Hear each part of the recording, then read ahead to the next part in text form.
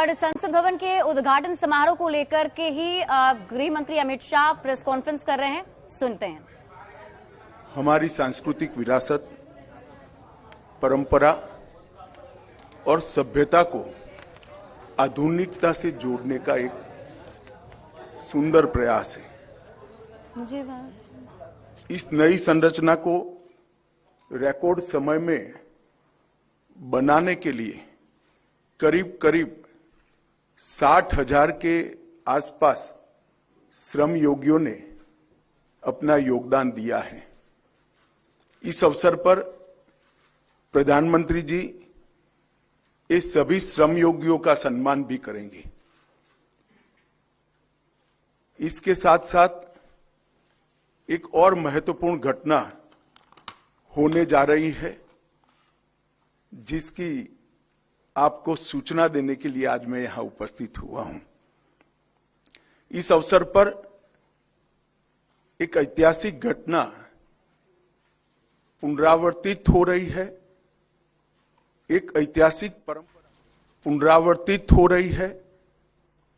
एक ऐतिहासिक परंपरा पुनर्जीवित भी हो रही है। अभी स्क्रीन पर आप एक सुंदर वस्तु को देख रहे हैं।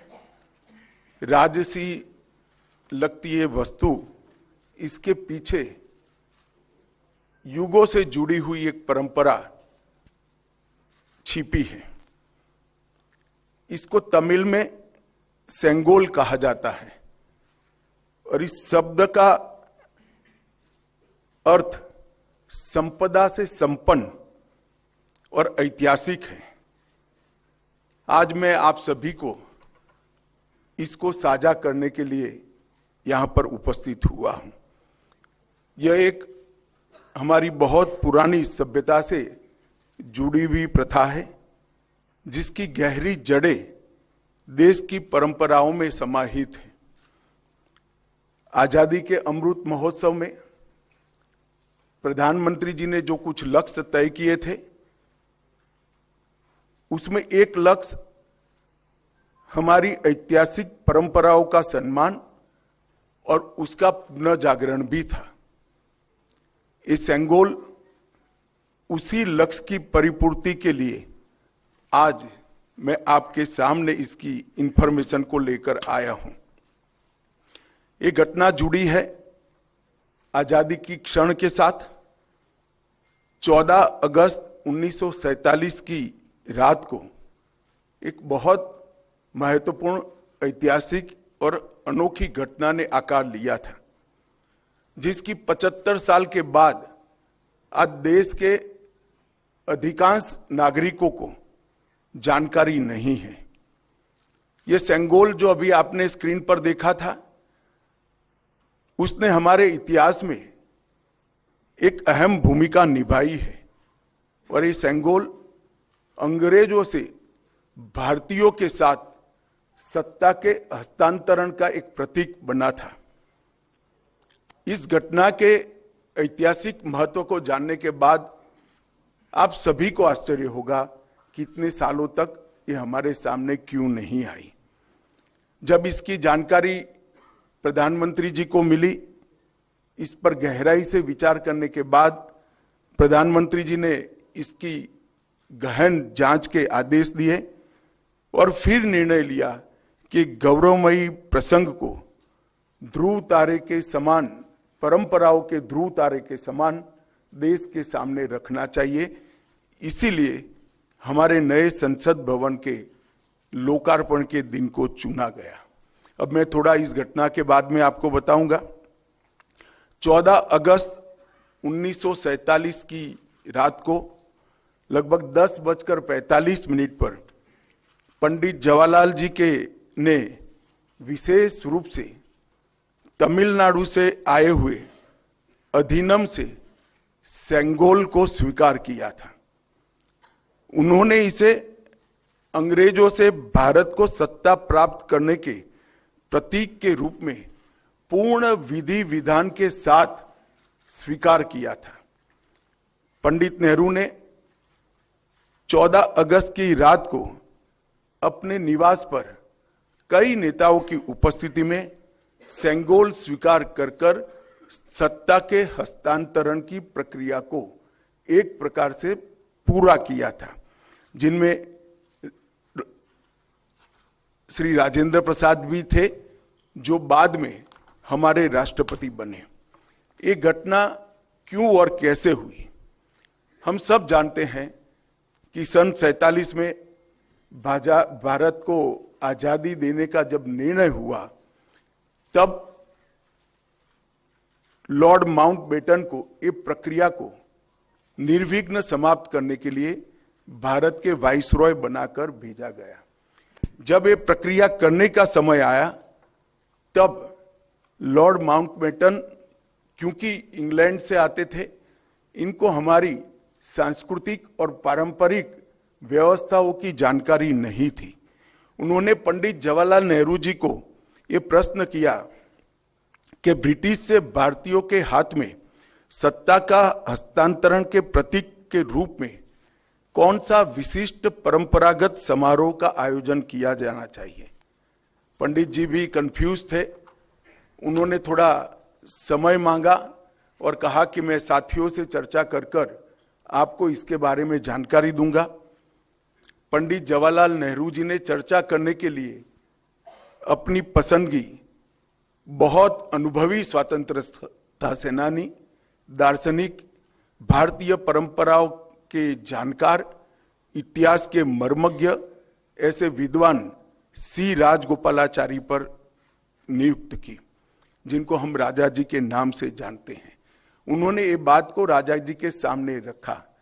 राजा जी ने अनेक पुराने ग्रंथों का अभ्यास कर, अनेक प्रक्रियाओं को स्टडी कर साम्राज्यों के समय में सत्ता के हस्तांतरण की प्रक्रिया का एक सटीक इतिहास रेखांकित कर इस सेंगोल की प्रक्रिया को चिन्हित किया और पंडित नेहरू को बताया कि हमारे यहाँ हमारी परंपरा में इस सेंगोल के माध्यम से सत्ता के हस्तांतरण की प्रक्रिया को अधिकृत किया गया है।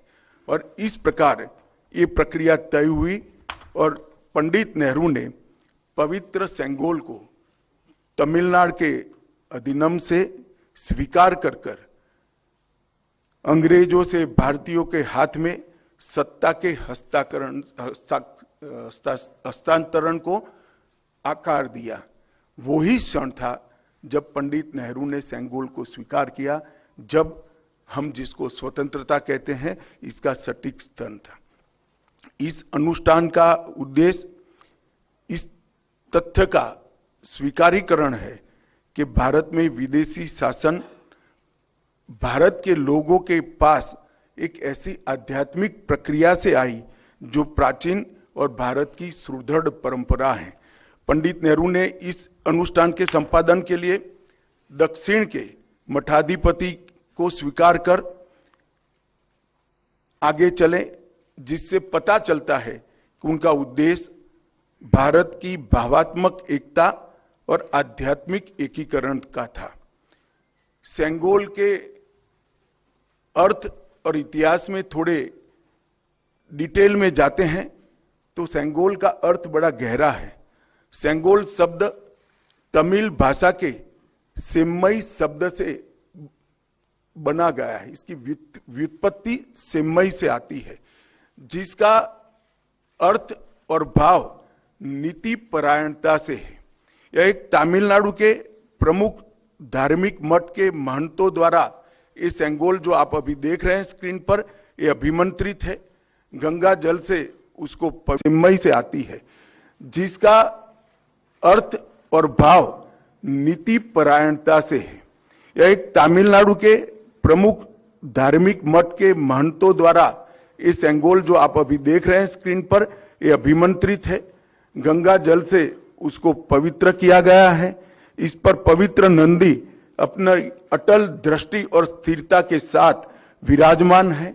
और ये जो सेंगोल है वो चोला साम्राज्य के समय से, मतलब 8वीं शताब्दी से चली आ रही हमारी अपनी भारतीय सभ्यतागत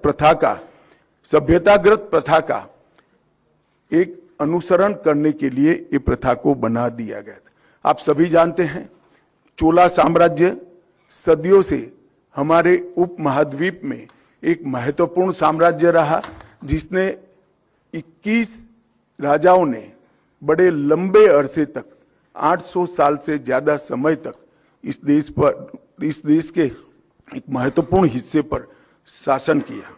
सबसे महत्वपूर्ण बात यह है कि सेंगोल जिसको प्राप्त होता है, इसके पास से न्यायपूर्ण और निष्पक्ष शासन की अपेक्षा रखी जाती है और एक प्रकार से न्यायपूर्ण और निष्पक्ष शासन करने का आदेश उसको मिलता है, जिसे तमिल में आणई कहते हैं। और इस सेंगोल को प्राप्त करने की घटना को आजादी के समय विश्व भर के मीडिया ने इसका जिक्र भी किया है, इस पर वृत्तांत भी प्रकट किए हैं। टाइम मैगजीन ने बहुत ज्यादा ग्राफिक्स के साथ इसको रिपोर्ट किया। भारत के भी सभी अखबारों ने इसको यथोचित सम्मान दिया था। आप सेंगोल की वेबसाइट पर मीडिया रिपोर्ट की एक फिल्म भी बाद में देख सकते हैं। 1947 अगस्त के बाद सेंगोल सबकी आंखों से ओझल हो गया, इसको भुला दिया गया, मगर एक विद्वान और पूजनीय सम्माननीय व्यक्ति ने इसको आजादी के 31 साल के बाद 15 अगस्त 78 को परमाचार्य श्री चंद्रशेखर सरस्वती स्वामीगल ने अपने अनुयायी डॉक्टर B.R. सुब्रमण्यम को सेंगोल वृत्तांत का वर्णन किया, जिसको डॉक्टर सुब्रमण्यम ने अपनी किताबों में उचित स्थान देकर उल्लेखित किया है। तमिल मीडिया ने भी परमाचार्य की चर्चा को प्रमुखता से जगह दी और उसे जीवित रखा है। हम सब परमाचार्य के इसके लिए कृतज्ञ हैं। दिलचस्पी की बातें हैं कि तमिलनाडु सरकार ने भी इस भूमिका को गर्व के साथ प्रकाशित किया है। यह 2021-22 का HR&CE पॉलिसी नोट जो अभी आप स्क्रीन पर देख रहे हैं उसमें दर्ज है। इस पर पैरा 24 में इसकी प्रक्रिया को ढंग के साथ वर्णित किया गया है। हमारी सरकार का मानना है कि इस पवित्र सेंगोल को किसी संग्रहालय में रखना अनुचित है। सेंगोल की स्थापना के लिए संसद के भवन से अधिक उपयुक्त और पवित्र और उचित स्थान कोई हो ही नहीं सकता। इसलिए जब संसद भवन का देश को समर्पण होगा, उसी दिन आदरणीय प्रधानमंत्री नरेंद्र मोदी जी बड़ी विनम्रता के साथ तमिलनाडु से आए हुए अधिनियम से सेंगोल को स्वीकार करेंगे और अत्यंत आदरपूर्वक माननीय लोकसभा के अध्यक्ष के आसन के समीप सम्मान के साथ इसको स्थापित करेंगे। मैं मानता हूं कि भारतीय परंपराओं से जुड़ने का एक विरल और महान क्षण होगा। नए भारत को हमारी परंपराओं के साथ, हमारे इतिहास के साथ और हमारे अध्यात्म के साथ उसी क्षण से एक नया अनुसंधान होगा। सेंगोल की स्थापना 1947 की भावनाओं को फिर से एक बार अविस्मरणीय बनाएगी। यह सेंगोल जो है असीम आशाएं, अनंत संभावनाएं और एक मजबूत, स्वतंत्र और समृद्ध राष्ट्र के निर्माण का संकल्प है। यह अमृत काल का प्रतिबिंब होगा जो भारत को अपने विश्व में यथोचित स्थान ग्रहण के लिए गौरवशाली क्षण का साक्षी बनेगा। यह ऐतिहासिक योजना अधिनियम के अध्यक्षों से विचार विमर्श कर बनाई गई है। यह सभी 20 अधिनियम के अध्यक्ष इस शुभ अवसर पर उपस्थित रहेंगे, जो प्रधानमंत्री जी को सेंगोल अर्पण करेंगे और इस पवित्र अनुष्ठान की पुनःस्मृति में अपना आशीर्वाद भी प्रदान करेंगे। इसके लिए मैं उनके प्रति आभार व्यक्त करता हूं। और एक बहुत हर्ष की बात है कि 14 अगस्त 1947 की प्रक्रिया में जो स्वयं उपस्थित थे, वो 96 साल के वुमिंडी बंगारू चेट्टी भी इस कार्यक्रम में सम्मिलित होने वाले हैं, उनका आशीर्वाद भी इस कार्यक्रम को मिलेगा। यह घटना का दूरदर्शन और दी हुई लिंक से सभी मीडिया के माध्यमों से जीवंत प्रसारण देश भर के दर्शकों के लिए, नागरिकों के लिए भी होगा। और अब हम एक डिटेल फिल्म ये पूरी प्रक्रिया पर सांस्कृतिक विभाग ने बनाई है, इसको देखेंगे।